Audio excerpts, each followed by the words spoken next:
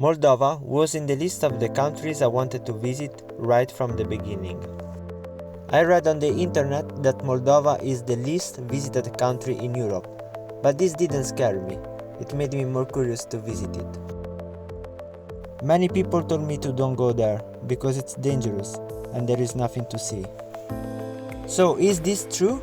There is really no point for visiting Moldova? Let's find it out together in this episode.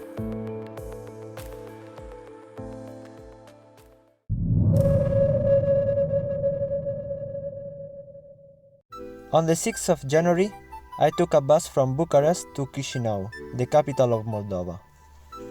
And it took around 6 hours to reach the destination.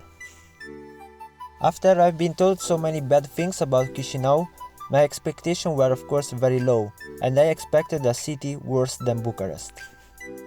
My main reason for visiting Moldova was that I wanted to practice my Russian skills. And with all that's happening in Ukraine, Moldova is the only country within Europe where I can find native Russian speakers. Moldova indeed has two official languages, Romanian and Russian, and this because part of today's Moldova, the northern part, was part of the Soviet Union.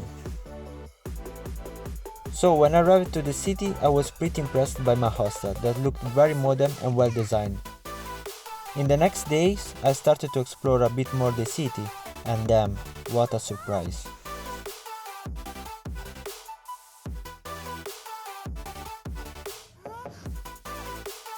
The city is very small, with around 500,000 of people living here. However, there are things to do and things to see. Let's start with a general overview of the city. In Chisinau, more or less half of the people speak mainly Russian, and the other half Romanian, and many of them speak perfectly both. The city was affected by the Soviet architecture style, as you can see in many areas of the city, and above all in the so-called Vorota Goroda, that means gate of the city, two buildings complexes that represent the entrance to the city if you arrive from the airport. So if you saw my previous video about Bucharest, you might think that there isn't much difference compared to the Romanian capital. In reality there is, because the Soviet buildings in Bucharest were right in the city center, while the city center of Chisinau is mainly characterized by buildings built in the 19th century, like the Triumph Arch and the Nativity Cathedral, that make this part of the city much more neoclassical than communist. There are three parks that make this city green: Valea Morilor, Valea Trandafirilor, and the Great National Assembly Square. My favorite one is Valea Morilor. There is a nice lake in the middle of it and offers several panoramic views. I used to go there several times a week because it's such a relaxing walk.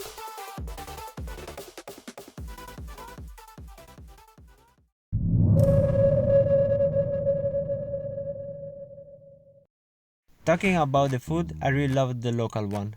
Their traditional dish is zama, a delicious chicken soup that keeps you warm during very cold days.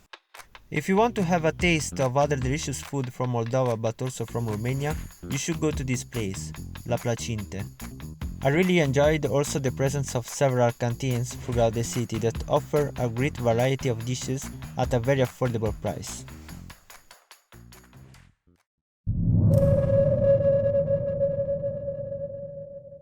Surprisingly enough, Chisinau is a very good city also for digital nomads, not only because the cost of living is very low, but also because there are several cozy coffee shops. And my favorite one is Tucano Coffee, absolutely a must if you are in town. I ended up spending one whole month in Chisinau. I really enjoyed my time there and I found great company in my hostel. I love the nightlife in Chisinau. Me and my friend used to go to one club in particular, Kira's Club, and we went there so often that after a couple of weeks I almost knew everyone there.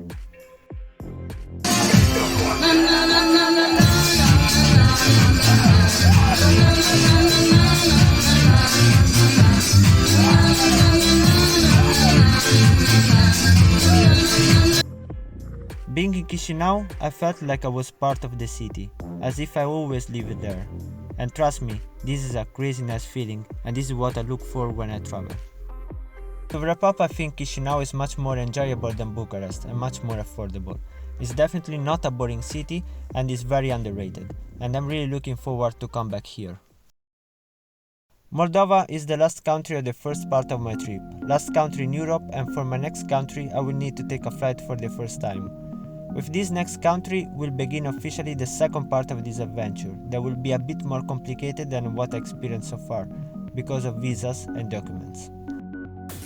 Curious to know what the next countries are? Then subscribe to my channel and see you on the other side of the Black Sea.